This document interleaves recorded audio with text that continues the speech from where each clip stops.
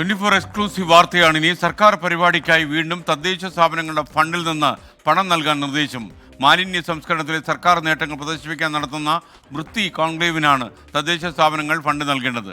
1200 തദ്ദേശ സ്ഥാപനങ്ങളിൽ നിന്നും 8 കോടിയിലധികം രൂപയാണ് ഇങ്ങനെ പിരിച്ചെടുക്കുക. ഈ ബ്രേക്കിംഗ് വാർത്ത വിവരങ്ങളുമായി ഉമേഷ് ബാലകൃഷ്ണൻ ചേരുന്നു തിരുവനന്തപുരത്ത് നിന്ന്. പറയൂ ഉമേഷ്. Good evening എസ്കേൻ. സാധാരണഗതിയിൽ ഇത്തരത്തിൽ കോൺക്ലേവുകളെല്ലാം നടത്തുന്നത് അതാത് വകുപ്പുകളുടെ ഫണ്ട് ഉപയോഗിച്ചാണ്. സംസ്ഥാനത്ത് മാലിന്യ സംസ്കരണം രാജ്യത്ത് തന്നെ മാതൃകയായ രീതിയിൽ നടപ്പാക്കുന്ന സംസ്ഥാനമാണ്.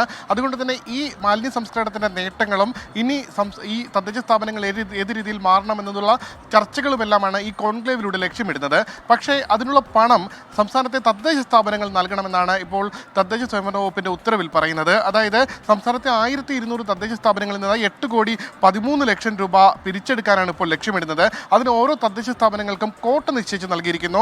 ഗ്രാമപഞ്ചായത്തുകൾ 25,000 രൂപ വീതം നൽകണം. ബ്ലോക്ക് പഞ്ചായത്തുകളും മുനിസിപ്പാലിറ്റികളും 2 ലക്ഷം രൂപ വീതമാണ് നൽകേണ്ടത്. ജില്ലാ പഞ്ചായത്തുകളും മുനിസിപ്പൽ കോർപ്പറേഷനുകളും 5 ലക്ഷം രൂപ വീതം നൽകണം. ഇങ്ങനെയാണ് 8,13,00,000 രൂപ സർക്കാർ സമാഹരിക്കാൻ തദ്ദേശ സ്വയംഭരണ വകുപ്പ് സമാഹരിക്കാൻ തീരുമാനിച്ചിരിക്കുന്നത്.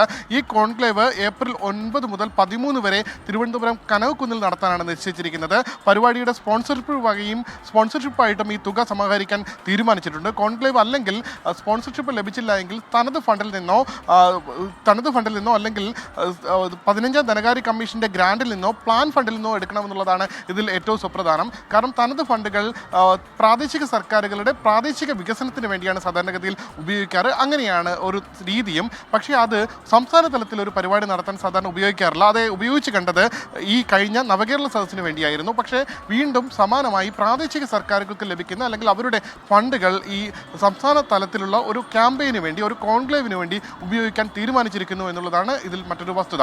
S K. Thank you Umesh Balakrishnan.